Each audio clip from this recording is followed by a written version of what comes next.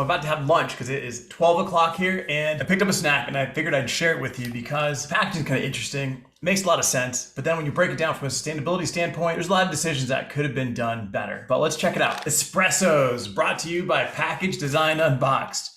Now, Espressos is a coffee cereal only for adults. Let's take a look at this packaging. So it's sealed. It's got this label across the top of it for, safety. If I peel it off, basically it's just it's a branded tape.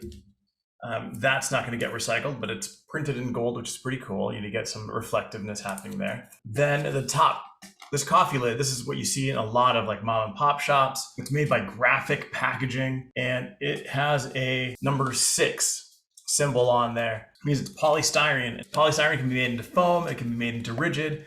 Typically foam, the styrene monomer, it says, can leach into foods and is a possible human carcinogen. So not sure that I want that on my coffee lid, but it's not a foam. So, there is that. Now, the thing it says here is disposable plates and cups, meat trays, those type of things are made out of it, but nobody recycles it curbside.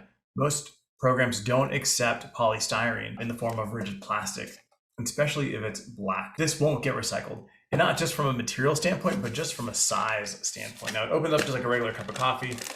I peel that up. This size, it's pretty significant in this direction, if we're looking at the diameter here, but when we look at it from this side, it's pretty small. That's gonna fall through the screens at any recycling center. It may get collected secondarily for their mixed product that they're selling, but sometimes that stuff just gets collected on a conveyor and gets sent out to landfill. It gets packed up with all the other small stuff and goes to landfill because there's just not enough value in something that's that big. The other thing too is now there's a plastic covering on top of this here, protecting the espressos. And the reason I picked up these espressos is I know the company that grinds up the coffee to make these, and it looked pretty interesting. So you open it up, it smells like a cup of coffee. It smells like drip coffee. It smells really good. The cup itself, it has this insulation ring around the outside of it, which is what's branded. If I look at the bottom of it, there is a greenpackusa.com, and I don't see a recycle symbol, which is great because this is not going to be recyclable. Oh, there's a little recycle symbol right there, which anybody that's looking at this is going to think, okay, that's recyclable. But in the US, coffee cups are typically not going to be recyclable because the inside is lined with basically a poly coating that can't be separated in the US. It's possible to do it. There are companies that are doing it. I know James Cropper does it, Jeff Smith does it in the UK, but those are paper companies and they're collecting this material specifically. Here in the US, you throw this curbside, it'll go with mixed. It'll go with the rest of this stuff and be turned into a million different products, gets downcycled or goes to landfill.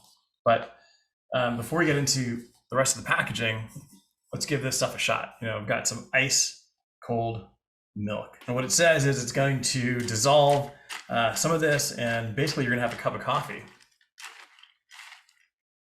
and cereal.